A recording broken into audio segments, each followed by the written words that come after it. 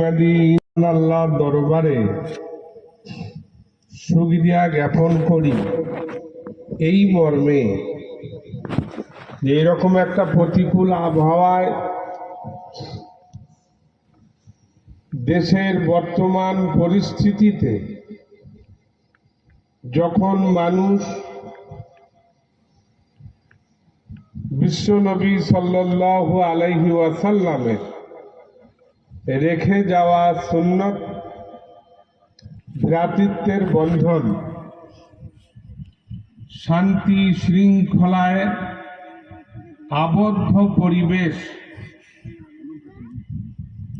ধীরে ধীরে যখন বিনষ্ট হতে চলেছে, সামাজিক অবক্ষয়, রাজনৈতিক অবক্ষয়, অর্থনৈতিক দুর্বলতায় জর্জরিত সমাজ চরমভাবে নিমজ্জিত বিভিন্ন ধরনের খারাপির মধ্যে,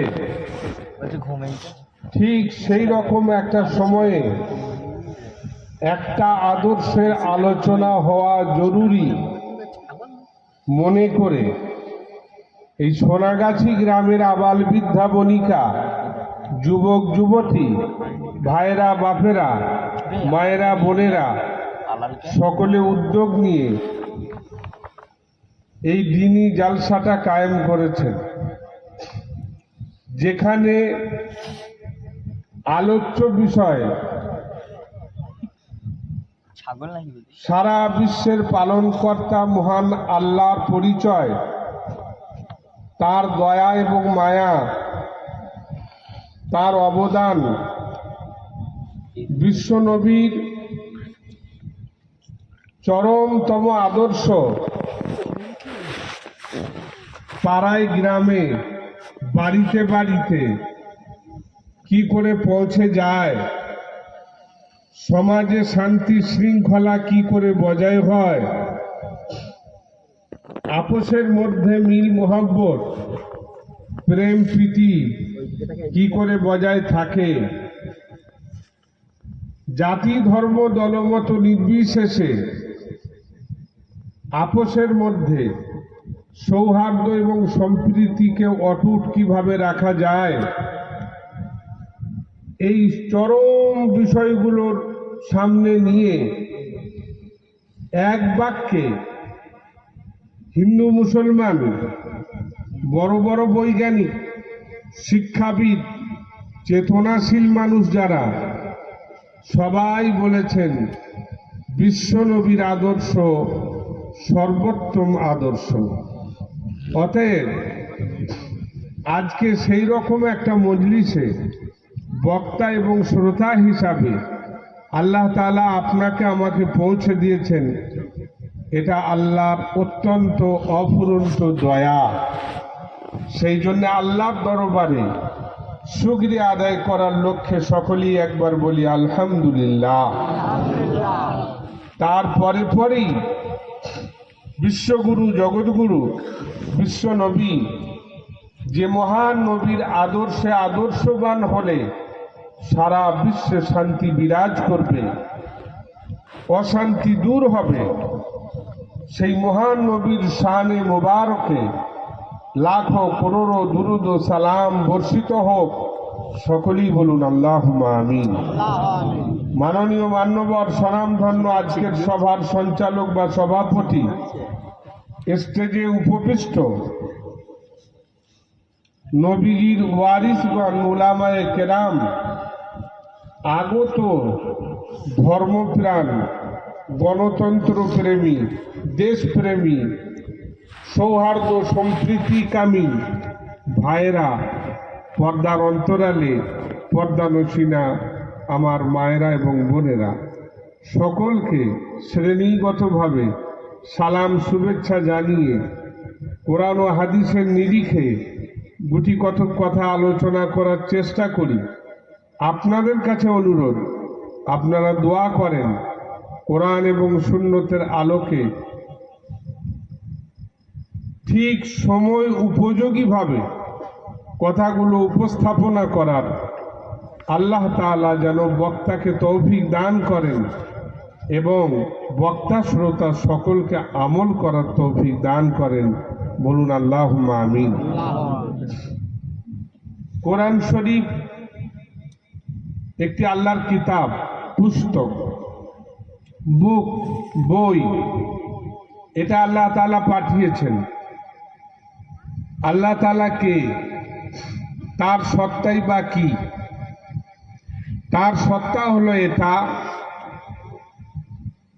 যখন কিছুই নাই তখন তিনি আছেন এবং সবের সৃষ্টির মূলে তিনি। সব ধ্বংস হবে, তিনি ধ্বংস হবেন না। তিনি হচ্ছেন সেই মহান আল্লাহ। আল্লাহ পাকের পাঠানো এই কিতাব বা এই বইটার নাম কোরআনে কারীম বলে আমরা জানি, পড়ি বা মানি। এই কোরআন পাকে আল্লাহ তাআলা এই শেষ নবী পাঠানোর কথা ঘোষণা করেছেন। ওয়াল্লাযী বা'সা ফিল উম্মিয়িনা রাসূলাম মিনহুম ইয়াতলু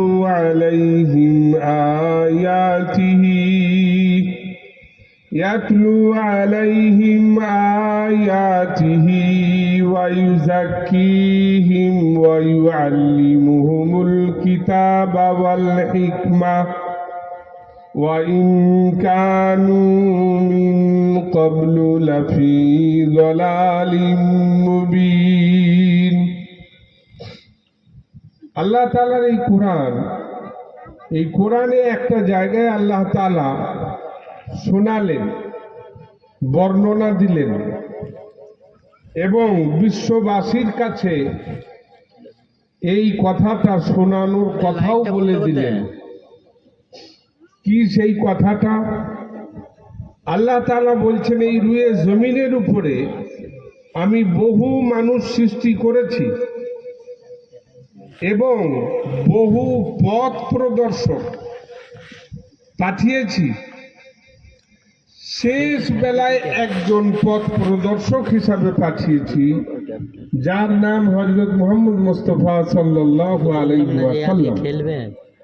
আল্লাহ তাআলা তার ডেজিগনেশনটা বয়ান করছেন যে তিনি উম্মি, মানে নিরক্ষর। তিনি কোনো স্কুল, কলেজ, ইউনিভার্সিটি, পাঠশালায়, মাদ্রাসায় পড়তে যাননি, কিন্তু তিনি মহাজ্ঞানী। আল্লাহ প্রদত্ত ইলম বা জ্ঞান তাকে দান করা হয়েছিল। তিনি হচ্ছেন বিশ্বনবী হযরত মুহাম্মদ মুস্তাফা সাল্লাল্লাহু আলাইহি ওয়াসাল্লাম। সেই নবীজিকে তিনি পাঠিয়েছিলেন, এই ঘোষণাও দিলেন। তারপরে বলছেন, ওই নবীজিকে আমি কিছু কাজ দিয়েছিলাম। কি কাজ? ইয়াতলু আলাইহিম আয়াতিহি। এই কোরআন শরীফ যে কিতাবটা দিলাম, তার রিডিং করা, তেলাওয়াত করা। অনেক সময় মানুষের মধ্যে একটা চর্চা চলে এইভাবে যে যদি মানে বুঝতে না পারা যায় তাহলে পড়ে কি হবে? এটা ভুল কথা। রিডিং পড়াটাই একটা ইবাদত। আল্লাহ রসুল সাল্লাল্লাহু আলাইহি ওয়াসাল্লাম তিনি তার পবিত্র ভাষাতেই কথা বলেছেন, পবিত্র জবানেই কথা বলেছেন। কি? কোরআন শরীফ একটা মানুষ দেখে দেখে রিডিংটা পড়তে পারে, তার জন্য একটা অক্ষরে 10টা নেকি। আর এটাও বলছেন, আমি বলছি না আলিফ লাম মিম একটা অক্ষর, বরং আলিফ লাম মিম পড়লে আলিফ লাম মিম 3টে অক্ষর পড়া হলো, 30টি নেকি সংগ্রহ হলো। এখন বলুন, একবার বুকে হাত দিই, সবাই ভাবতে শুরু করি। কৃষক বন্ধুর টাকা অ্যাকাউন্টে এলো কি না 3বার 4বার করে যাচ্ছে খাতাটা নিয়ে, বলে আমার ঢুকেছে নেই, দেখ আমার দেখ আমার দেখ। লক্ষ্মীর ভান্ডার ঢুকেছে কি না, ও মায়েরা যে লাইন দিচ্ছে, বলে দেখ দেখ দেখ। এই দেখাটা কোনো গোনা বা পাপও নয়, ওটা তো আপনার প্রাপ্য, আপনি দেখতেই পারেন। কিন্তু আমার আখেরাতের যে লক্ষ্মীর ভান্ডার, আখেরাতের যে বুকোভার, ওইখানে আমার কটা নেকি ঢুকেছে ওইটা একটু আপডেট করার জন্যে আমাদের অন্তরের মধ্যে চাহিদাও নাই, ভাবনাও নাই, ধ্যানও নাই, ধারণাও নাই, মানসিকতাও নেই। একবার বলুন বুকে হাত। আমরা আজকে সারাদিনের মধ্যে কোরআন শরীফের একটা অক্ষর পড়লে 10টা নেকি পাওয়া যায়, ধরে নিলাম 10 টাকা। তাহলে সারাদিনে আমি ইচ্ছা করলে 1000 টাকা রোজগার করতে পারি আমার আখেরাতের জন্য, 1000 নেকি সংগ্রহ করতে পারি, কিন্তু আমার কাছে সময় থেকেও নাই। কেন বলুন তো? এই জন্য যে দুনিয়াটাকে যখন অত্যন্ত প্রাধান্য দিয়ে দেওয়া হয়েছে, তো দুনিয়াটাই মূল বলে আমাদের মনে হয়েছে, তখন আমরা ভোর থেকে উঠে বিছানায় যাওয়া পর্যন্ত একটাই চিন্তা, একটাই ভাবনা, একটাই সোচ, একটাই ধ্যান, একটাই ধারণা, একটাই পলিসি, কি আমার দুনিয়া কি করে চমকাবে, দুনিয়া কি করে চমকাবে। তো যখন এইটার উপরে মানুষ বেশি শ্রম, সময়, ধ্যান, ধারণা দিয়েছে, তখন তার দুনিয়া চমকেছে।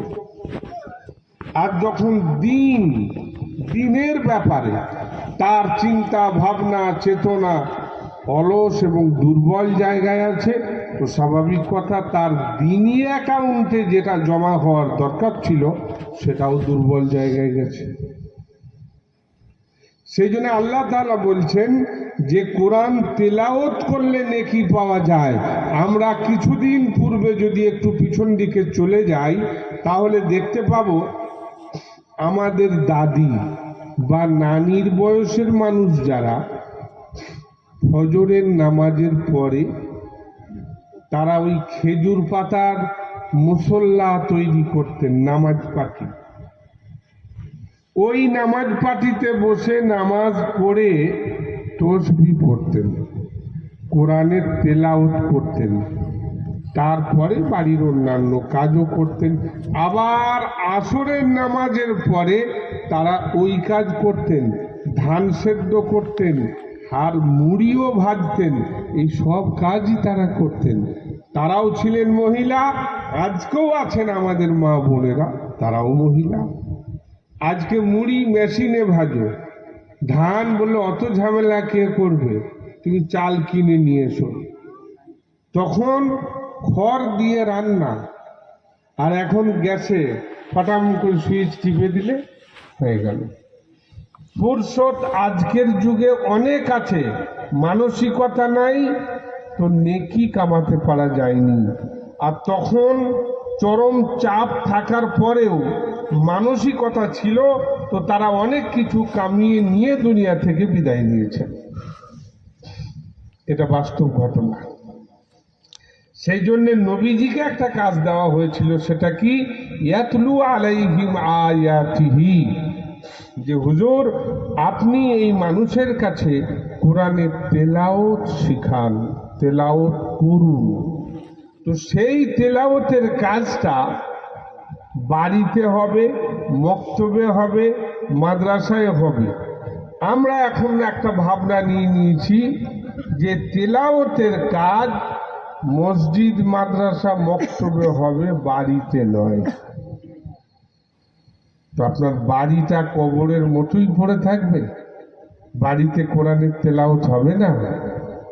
আল্লাহ রসুল সাল্লাল্লাহু আলাইহি সাল্লাম বললেন যে বাড়িতে কোরআনের তেলাওয়াত হয়, ওয়া আনজালা সাকিনা, সেই বাড়িতে আল্লাহর স্পেশাল রহমত বর্ষণ হয়। এখন বলুন, আমরা যদি আল্লাহর রহমতের প্রত্যাশী হই তাহলে আমাদের বাড়ি বাড়ি কোরআনের তেলাওয়াত হওয়া উচিত। আর নবীজির শিক্ষার মধ্যে এটা 1 নম্বর। তারপরে কি আছে? ওয়াইউজাক্কিহিম, মানুষের শরীরে যেমন রোগ হয় তো মানুষের অন্তরেও রোগ হয়। শরীরের রোগটা দেখতে পাওয়া যায়, কিংবা ভিতরে হলে আলট্রাসোনোগ্রাফি, স্ক্যান, আরো অন্যান্য কোনো আপনার রিপোর্টের মাধ্যমে জানতে পারা যায়। কিন্তু অন্তরে যে রোগটা তৈরি হয় এইটা দুনিয়ার কোনো ল্যাবরেটরি থেকে ধরা যায় না। সেই জন্যে কোরআনে এসেছে নবীজি আরেকটা কাজ করতেন, ওয়াইউজাক্কিহিম, মানুষের অন্তরের মধ্যে যেসব ময়লা হতো, নোংরা ধ্যান ধারণা জমা হয়ে ওখানটা যে ব্ল্যাক স্পট হতো, তো সেই জায়গাটাকে নবীজি পরিষ্কার পরিচ্ছন্ন করাতেন জিকরুল্লাহর মাধ্যম দিয়ে, জিকিরের মাধ্যম দিয়ে। আমরা দেখেছি আমাদের পূর্বে বয়স্ক মানুষ যারা, তারা বুজুর্গানে দিনেদের হালকায় গিয়ে জিকির করে আসতেন। মাসে একদিন বাড়িতে আসার পরে রাত্রি 2টোর পরে উঠে পড়তেন, কি 3টের সময় উঠে পড়তেন, উজু করে তাহাজ্জুদের নামাজও পড়তেন, আর হাতে তসবিহ নিয়ে তারা জিকির আজকার করতেন, লা ইলাহা ইল্লাল্লাহ, লা ইলাহা ইল্লাল্লাহ, এইভাবে তারা জিকির আজকার করতেন। তো নবীজির এটাও একটা কাজ ছিল। অন্তরের মধ্যে হিংসা জন্মায়, এটা একটা রোগ। ঘৃণা জন্মায়, এটা একটা রোগ। কাউকে দেখে জ্বলে যাওয়া, এটা একটা রোগ। কারুর উন্নয়ন হচ্ছে সেটা দেখে জ্বলা, কারুর সম্মান বৃদ্ধি পাচ্ছে সেটা দেখে জ্বলা, এই জিনিসগুলো অন্তরের মধ্যে হয়। তো নবীজিকে জিজ্ঞাসা করা হলো, ইয়া রাসূলুল্লাহ, ইয়া হাবিবাল্লাহ, জামা কাপড়গুলো যখন ময়লা হয় সাবান দিয়ে পরিষ্কার করলে পরিষ্কার হয়ে যায়, কিন্তু আমাদের শরীরের মধ্যে এক টুকরো মাংস আছে। হাদিস শরীফের মধ্যে আছে যে 1 টুকরো গোশ আছে শরীরে, আলা ওয়াহিয়াল কলব, সেটা হলো মানুষের অন্তর। এই অন্তরটা যখন ওই রকম ধরনের রোগাক্রান্ত হয়ে যায় তখন কিভাবে তার চিকিৎসা হবে, বা নোংরা হয়ে যায় তাকে পরিষ্কার কি করে করা যাবে? নবীজি সাল্লাল্লাহু আলাইহি সাল্লাম একটা ওষুধ বললেন, সেটা কি? আফজালুদ যিকরি লা ইলাহা ইল্লাল্লাহ, বেশি বেশি করে তুমি লা ইলাহা ইল্লাল্লাহ, লা ইলাহা ইল্লাল্লাহ এই জিকিরটা করো। তার মানে কি দাঁড়ালো? কেউ মাবুদ নাই, ভালো মন্দের মালিক কেউ নাই, আপদ বিপদের মালিক কেউ নাই, বিপদ থেকে তরানেওয়ালা কেউ নাই, রুজি দেনেওয়ালা কেউ নাই, রুজি ছিনিয়ে লেনেওয়ালা কেউ নাই, একমাত্র আল্লাহ। তিনিই সবের মালিক, তিনিই সব করতে পারেন। যখন এই জিকির মানুষ করতে থাকে আর তার অন্তরে ধাক্কা খায়, তো গায়রুল্লাহ অর্থাৎ আল্লাহ ছাড়া অন্য কারুর দ্বারাই কিছু হয়ে যায় বা হয়ে যাবে, এই ধ্যান ধারণা তার অন্তর থেকে চলে যায়, তখন তার অন্তরটা পরিষ্কার পরিচ্ছন্ন হয়ে যায়। তো নবীজির এটাও একটা কাজ ছিল, যেটা আমাদের বুজুর্গানে দিনেরা আজও করে যাচ্ছেন বা চালিয়ে যাচ্ছেন। ওয়াইউআল্লিমুহুমুল কিতাবা ওয়াল হিকমা, আর একটা কি? অন্ধকারাচ্ছন্ন অবস্থা, অর্থাৎ শিক্ষার আলো না থাকার কারণে উলঙ্গ হয়ে কাবা শরীফের চতুর্দিকে তওয়াফ করত সেই জামানার মানুষ। শিক্ষার আলো না থাকার কারণে মায়েদের সম্মান দেওয়া হয়নি, বরং তাদের প্রতি অবিচার করা হতো। শিক্ষার আলো না থাকার কারণে গুরুজনদের সম্মান দেওয়া হতো না। শিক্ষার আলো না থাকার কারণে এক আল্লাহতে বিশ্বাসী না হয়ে বহুত্ববাদীতে তারা বিশ্বাসী হয়েছিল, অনেককে আল্লাহর মতো করে মানত ইত্যাদি ইত্যাদি। সেই জন্যে আরেকটা কাজ নবীজিকে দেওয়া হলো, ওয়ায়ুআল্লিমুহুমুল কিতাবা ওয়াল হিকমা।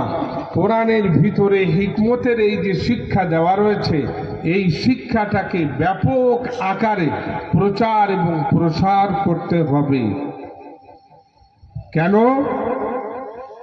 এই কারণে যে এই শিক্ষা না থাকার কারণে তারা অন্ধকারে নিমজ্জিত ছিল, তাদেরকে অন্ধকার থেকে তুলে আনতে হবে কোরআনের এই শিক্ষার মাধ্যম দিয়ে।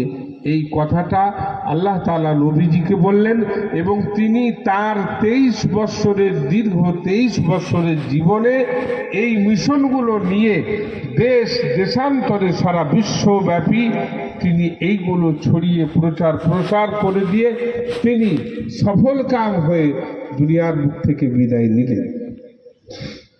তাহলে কোরআন শরীফের এই আয়াত থেকে আপনাকে আমাকে কোরআনের প্রচার প্রসারের শিক্ষা ব্যবস্থার জন্য দায়িত্ব দেওয়া হয়েছে।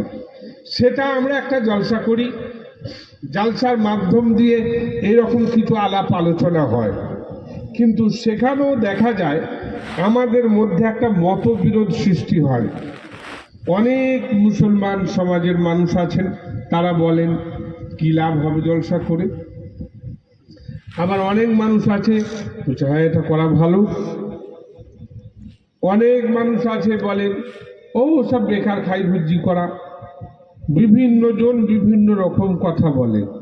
তো আমরা আমাদের নিজস্ব মত প্রকাশ করবার আগে একবার বুঝি যে কোরআন এই বিষয়ে কি মতবাদ দিয়েছে।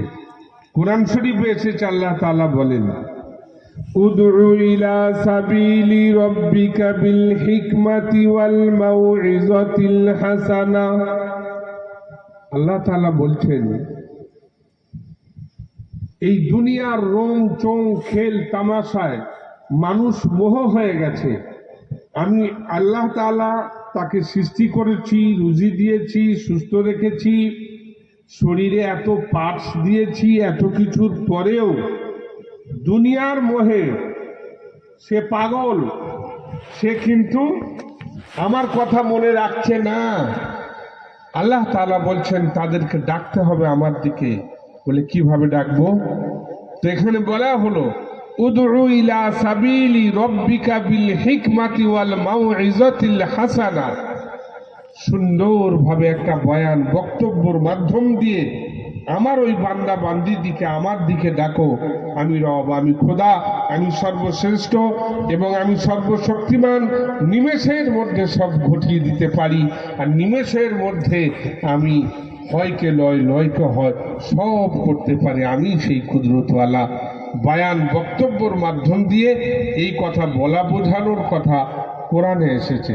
সেজন্য যারা এরকম ভাবনা চিন্তা রাখেন যে বয়ান বক্তব্যের কোনো প্রয়োজন নাই বা বয়ান বক্তব্য কোনো লাভ হবে না, তাহলে আপনি কোরআন বিরোধী ভাবনা রেখেছেন। আপনি কোরআনের সঙ্গে একমত হন এবং কোরআন যে বিবেচনাশীল বয়ান বক্তব্য ধ্যান ধারণা যে আলো দিতে চেয়েছে তার সঙ্গে একমত হয়ে বয়ানের মাধ্যম দিয়েও দ্বীন ইসলামের প্রচার প্রসারের সুব্যবস্থায় আপনি অংশগ্রহণ করে সবের অধিকারী হবেন। আর একটা কি, আর একটা ডাক হতে পারে, সেটাও হলো এই আজানের মাধ্যম দিয়ে। আজানের মাধ্যম দিয়ে মানুষকে আল্লাহর দিকে ডাকা, অর্থাৎ মসজিদের দিকে তাকে আহ্বান করা যে তুমি এসো, মসজিদে ঢোকো এবং তোমার রবের সামনে তুমি সিজদারত হও। তো এখানে লক্ষ্য করলে দেখা যায় বহু ছেলেদের মধ্যে আজান দেওয়ার শখ আছে, আওয়াজ ভালো, সুন্দর আজান দিতেও পারে, কিন্তু আজানটা সঠিকভাবে ইমাম সাহেবের কাছে বসে শিখে না নেওয়ার কারণে আজানটা দেয়, আওয়াজ ভালো কিন্তু ভুল আজান দেয়। যেখানে টানবার দরকার নাই টেনে দেয়, আর যেখানে টানার দরকার সেটা ছেড়ে দেয়। শিক্ষাটা না নেওয়ার কারণে এই গন্ডগোলটা হয়। আর একটা কি হয়, অনেক মানুষ আছে আজানের শখ, খুব আজান দেবো, কিন্তু দাড়ি রাখতে চায় না। অথচ মশলার বিভাগ বলছে এটা। মুফতি সাহেব দিকে জিজ্ঞাসা করবেন, বিনা দাড়ি রেখে আজান পড়া মাকরুহে তাহরিমি, হারামের কাছাকাছি। তাহলে আমাদের আজানের শখও থাকতে হবে, আজানটাকে শুদ্ধও করতে হবে, এবং আমাদের চেহারাতে দাড়িও থাকতে হবে। এটাই ইসলামের নিয়ম, এটাই ইসলামের নিদর্শন। অতএব আমরা যখন মুমিন মুসলমান কলেমাওয়ালা, তাহলে ইসলামের নীতিমালাটা আমার জীবনে আমাকে টানতে হবে বা আনতে হবে। তো আজানের মাধ্যম দিয়ে মানুষকে আল্লাহর দিকে ডাকা। আর একটা হলো লেখনির মাধ্যম দিয়ে।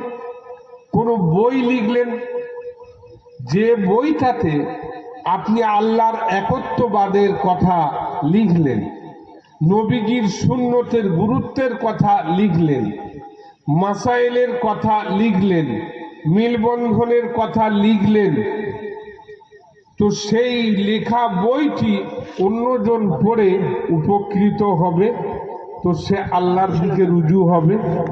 এটাও একটা আপনার ইসলামের অংশ, যে আল্লাহর দিকে মানুষকে ডাকা।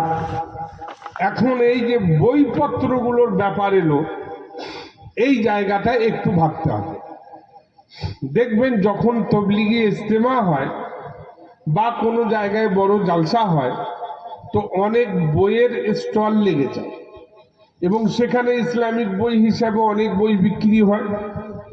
তো সেই যে বইগুলো বিক্রি হয়, ওই বইগুলো সম্পর্কে আপনার আমার কোনো ধারণা নাই। যেহেতু ইসলামিক বই বলছে, আপনি নিজের পয়সা দিয়ে কিনে নিলেন, কিনে নেওয়ার পর সেই বইটা পড়লেন, তার ভিতরে যে বিষটা ঢোকানো আছে আপনি কিন্তু জানেন না। আপনি বিষটাকে শরবত মনে করে পান করলেন। বলে ওটা কি করে হলো, একটা উদাহরণ দিই। বাড়ি থেকে ডবল টাইম করে আসতে। উদাহরণ হলেই, একটি বই লেখক লিখলেন, কি লিখলেন? লিখলেন এক দর্শন। বইটার নাম হলো এক দর্শন। তাতে লেখা হলো যে এই দুনিয়াতে আল্লাহ তাআলাকে দেখা যাচ্ছে বা আল্লাহ তাআলাকে দেখতে পাওয়া যায়। ওখানে রেফারেন্স দেওয়া হলো যে সূরা রুম, আল কোরআন সূরা রুম। এই রেফারেন্সটা কোরআনের বা হাদিসের টানা হচ্ছে এই কারণে যে এটা দেখলে মানুষ বইটা কিনবে, যে কোরআন শরীফের কথা লেখা আছে, হাদিস শরীফের কথা লেখা আছে। সেই বইটা যখন আলেমের হাতে গেল, তো আলিম দেখলো যে দেখি সূরা রুমে কি এরকমই কথা বলা আছে। তো সূরা রুমটা খোলার পরে দেখা গেল সেখানে বলা আছে যে মানুষ এই রুয়ে জমিনে আসার পর এমনভাবে জীবনযাপন করছে, সে মনে করছে তার যেন ওয়ারিস হিসাবে কেউ নাই, অর্থাৎ তার মাথার উপরে কেউ নাই, লাগাম ছাড়া জীবনযাপন করছে। যেমন একটা গরু, তার যদি মালিক না থাকে, তাকে ছেড়ে দিলে সে যেখানে খুশি যেমন খুশি চড়ে, তো ওই রকম লাগাম ছাড়া জীবনযাপন করছে। এবং তারা এটা মনে করছে যে আল্লাহর সঙ্গে হয়তো তাদের যেন আর সাক্ষাৎ হবে না। লেখা আছে এখানে এই কথাটা, কিন্তু সেখানে লেখা হলো কি দুনিয়াতে আল্লাহর সঙ্গে সাক্ষাৎ হচ্ছে। এবার কোরআন শরীফের নজর গেল আলেম সাহেবের। তিনি কোরআন শরীফ খুলে দেখলেন যে কোরআন শরীফে লেখা আছে লা তুদরিকুহুল আবসার ওয়া হুয়া ইউদরিকুল আবসার। আল্লাহ বলছেন আমি তোমাদের সৃষ্টিকর্তা, তোমাদের রক্ষাকর্তা, আমি তোমাদের পালনকর্তা। তোমাদের শরীরের অঙ্গ প্রত্যঙ্গ গুলো আমি আল্লাহ সৃষ্টি করেছি। তোমাদের চোখের পাওয়ারটা কত আমি আল্লাহ ভালো করে জানি। দুনিয়ার বুকে ওই পাওয়ারে তোমরা আমার দর্শন করতে পারবে না। আলেম সাহেব কোরআনে নজর দিয়ে এটা পেলেন। এবার হাদিস শরীফে গেলেন, বুখারী শরীফের হাদিসে গিয়ে দেখলেন আল্লাহর রসুল সাল্লাল্লাহু আলাইহি ওয়াসাল্লাম বর্ণনা দিয়েছেন যে কিয়ামতের দিনে কোটি কোটি মানুষ হবে, তারই মাঝে মানুষ আল্লাহকে দেখতে পাবে, আল্লাহর দর্শন লাভ করবে। তো এটা মরণের পরের কথা। আলেম সাহেব মুসলিম শরীফের হাদিসে গেলেন, যে দেখলেন ওখানে বলা আছে লান তারাও হাত্তা তামুতু, অবশ্যই অবশ্যই তুমি তোমার আল্লাহর দর্শন করতে পারছো না যতক্ষণ পর্যন্ত তোমার মৃত্যু না হয়ে যাচ্ছে। একদিকে বুখারী এবং মুসলিমের হাদিস, অপরদিকে কোরআনের এই রকম নাসে কতি দলিল। এই অকাট্য দলিলের পরে যখন ওই রকম বিভ্রান্তিকর বই মার্কেটে ছড়াবে, আপনি সেই বইটা পয়সা দিয়ে কিনে এনে পড়ে যখন সেই বইটার উপরে আত্মবিশ্বাসী হবেন, তাহলে পয়সা দিয়ে কিনে আপনি আপনার ঈমানকে নষ্ট করবেন। সেই জন্য হযরতে মাওলানা আশরাফ আলী থানভী রহমতুল্লাহ আলাইহি লিখেছেন, ইসলামিক কোনো বই পড়তে হলে সেই বইটা প্রথমে বিজ্ঞ আলেমের কাছে তুলে দাও। তিনি বইটা পড়ে নেওয়ার পর যদি তিনি বলেন, সাজেস্ট করেন যে এই বইটা পড়তে পারেন, অসুবিধা নাই, তখন সাধারণ মানুষ সেই বইটা পড়বে, তাতে তিনি উপকৃত হবেন, তার ক্ষতি হবে না। নচেত ওই রকম ধরনের বই পড়ে নিয়ে সে ক্ষতিগ্রস্ত হবে। কোরআনে আল্লাহ বলেছেন, ফাওয়াইলুল লিল্লাযিনা ইয়াকতুবুনাল কিতাবা বিআইদিহিম সুম্মা ইয়াকুলুনা হাযা মিন ইনদিল্লাহ লিয়াশতারু বিহি সামানান কলিলা। আল্লাহ বলেন, বহু মানুষ এমন আছে নিজের হাতের দ্বারাই বই লেখে, কোটেশন দেয় কোরআনে হাদিসে আছে, আদৌ কোরআন হাদিসের সঙ্গে সেটা সম্পৃক্ত নয়, বরং বাজারে বইটা সেল করবার জন্য লিখে ছড়ায়। তোমরা সাবধান থেকো, নচেত ওই রকম বই পড়ে তোমরা গুমরাহিতে চলে যাবে, তোমাদের ঈমান আমল নষ্ট হবে। হে সুধীবৃন্দ, ঈমানওয়ালা ভাইরা মায়েরা, সতর্ক করি কোরআনকে সামনে রেখে যে ওই রকম কোনো বইয়ের ধারে পাশে যাওয়া যাবে না।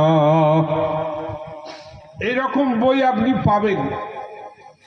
সমাজে ফ্রি বন্টন হয়, কখনো কখনো ট্রেনে যেতে যেতে দেখবেন আপনাকে ফ্রি বই দিচ্ছে।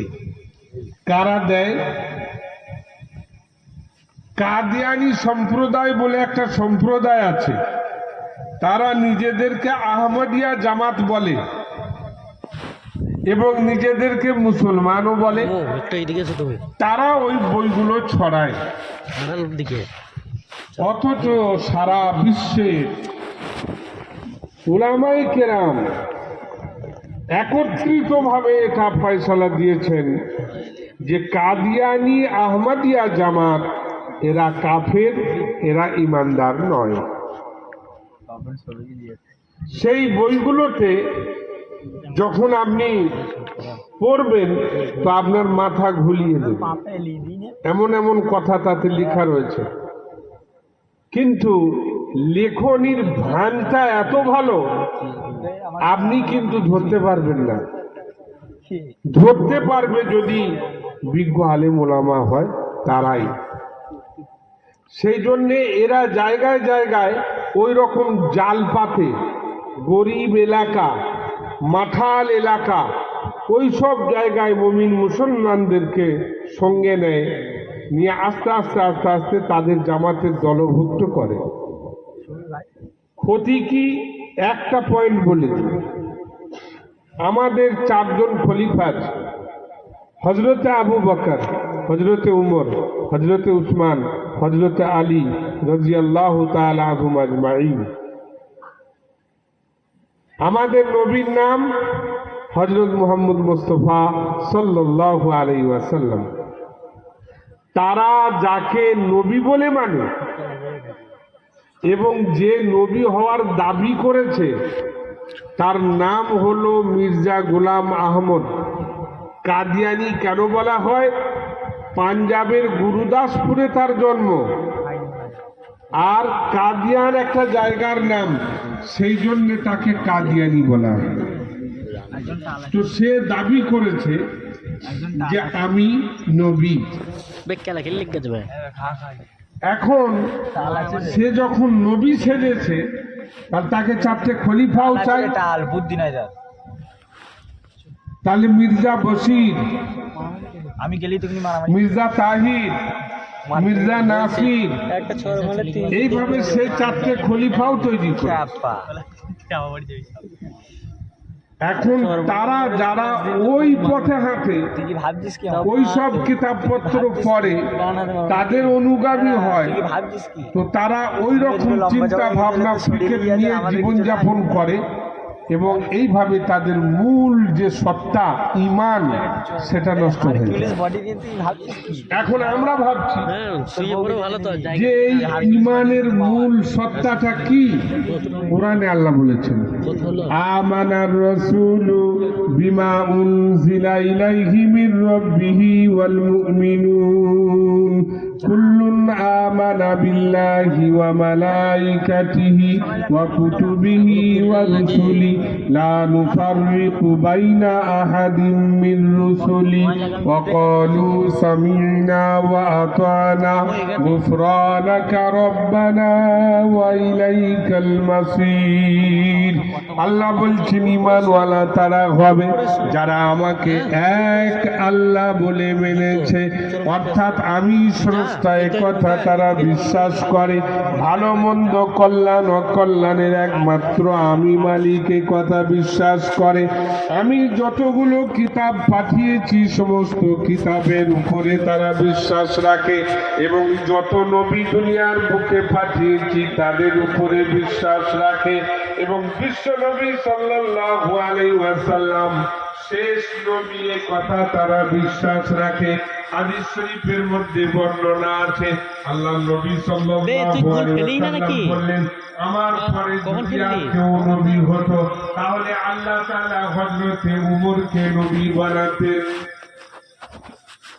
কথা স্পষ্ট হয়ে গেল, বিশ্ব নবীর পরে আর কোন নবী আসবেন না, আসেননি, আগামীতেও আসবেন না। যদি কেউ দাবি করেন তাহলে তিনি হবেন মৃত্যু।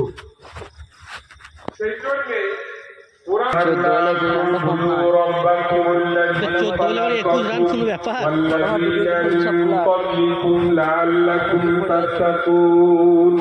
الذي جعل لكم الأرض فراشا والسماء بناء وأنزل من السماء ماء।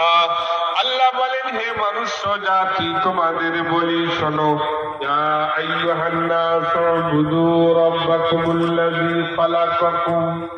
সারা বিশ্বের মানুষকে আল্লাহ বললেন, মুসলমানদেরকে বললেন না। কোরআনে যে শব্দটা এসেছে, ইয়া আইয়ুহান নাস উবুদু, নাস মানে মানুষ, হিন্দু, মুসলমান, খ্রিস্টান, বৌদ্ধ, জৈন, হানি, মুসি, জৈন, বৌদ্ধ, সাঁওতাল, যারাই মানুষ তাদেরকে লক্ষ্য করে আল্লাহ তাআলা বলছেন, হে মনুষ্য জাতি, তোমরা আমার ইবাদত করো। কেন? কি কারণে? ইয়া আইয়ুহান নাসু উবুদু রাব্বাকুমুল্লাযী খালাকাকুম, আমি আল্লাহ তোমাদের সৃষ্টিকর্তা, ওয়াল্লাযীনা মিন ক্বাবলিকুম লাআল্লাকুম তাত্তাকুন, তোমার স্বরূপ এবং মাটিটা তোমাদের জন্য বিছানা স্বরূপ করে দিয়েছি। আল্লাহ পাক বলেন এইটা আমি করেছি, অন্য কেউ করেনি।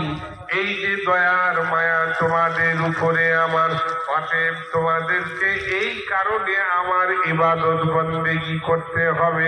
অন্য জায়গায় আল্লাহ তাআলা বলেন আরো শোনো, আনজালা মিনাস সামাই মাআন ফাখরাজনা বিহি মুখতালিফুন আলওয়ানুহা, আমি আল্লাহ আকাশ থেকে বৃষ্টি বর্ষণ করি, যখন আমি বৃষ্টিকে রুখে নিই তখন তোমরা রাত কাটতে থাকো, নেতা মন্ত্রী হাত বেঁধে বসে থাকে, কারণ তারা কিছুই ভয় না, সবাই ঘুরে ফিরে একটাই কথা বলে, ডিয়ার মল্লিককে আউট করলে গেল। আলওয়ানুহা, এই জমিন থেকে আমি বিভিন্ন রঙের ফসলগুলো, বিভিন্ন স্বাদের ফসলগুলো উৎপন্ন করাই, যেগুলো তোমরা ভোগ করো।